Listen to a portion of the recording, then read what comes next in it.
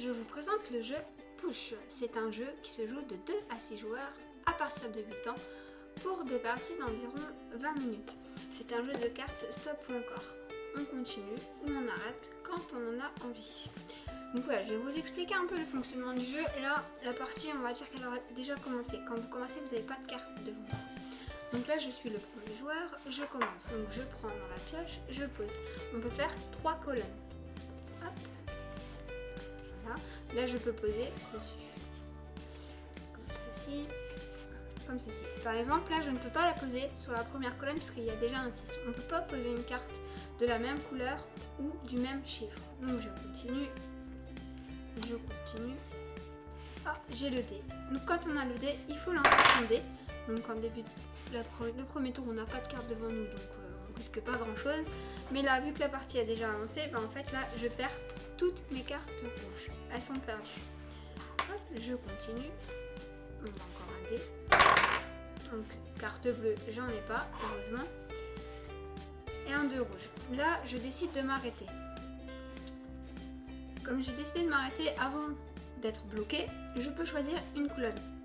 Donc je choisis la colonne la plus forte. Donc ici, hop. Mon adversaire choisit aussi une colonne. Donc pareil, il va prendre là où il y a plus de cartes, comme ceci. Et la troisième colonne, du coup nous ne sommes que 2, elle est défaussée. S'il y avait un troisième joueur, il aurait pris cette troisième colonne. Et s'il y avait un quatrième joueur, il n'aurait rien eu. Ça aurait été son tour plus tard. Là, c'est au tour du joueur 2. Donc pareil, il commence ses colonnes. Hop.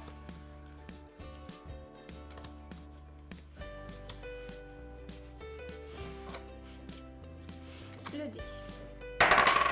Donc là, il perd toutes ses cartes rouges. Il continue parce que c'est un joueur. Et là, il est coincé. Donc là, dans ce cas-là, il ne peut pas poser là puisque la carte a déjà la colonne a déjà une carte bleue, là déjà un 5 et ici également un 5. Donc il a perdu, il a été trop gourmand. Donc il ne pourra pas prendre de colonne. Moi je vais pouvoir prendre une colonne. Donc comme d'habitude, je choisis la plus forte. Et lui, en pénalité déjà qui n'a pas pu prendre une colonne, il va devoir lancer le dé pour défausser une colonne. Bon, il a de la chance, c'est tombé sur du rouge, donc il n'a pas de rouge. Et les 2 autres colonnes, dans ce cas-là, sont perdues. Donc voilà, le jeu se poursuit comme ça, ainsi de suite. Mais on peut aussi passer son tour et donc ne pas piocher ses cartes pour valider une colonne. Donc par exemple, si moi je passe mon tour là, je choisis de bloquer cette colonne. Je la prends, je la mets sur le côté et cette colonne ne pourra plus être perdue. Donc ce sont des points acquis pour la fin de partie. Donc voilà, le jeu se termine une fois que la pioche est vide et à la fin on compte tous ses points et le joueur qui aura le plus de points aura gagné. Il y a aussi des cartes que j'ai enlevées puisqu'en mode 2 joueurs on n'en a pas besoin. Mais quand vous jouez à 3 de 3 à 6 joueurs, quand vous piochez cette carte, en fait ça ne veut pas dire qu'on change de tour, ça veut juste dire que par exemple au lieu que ce soit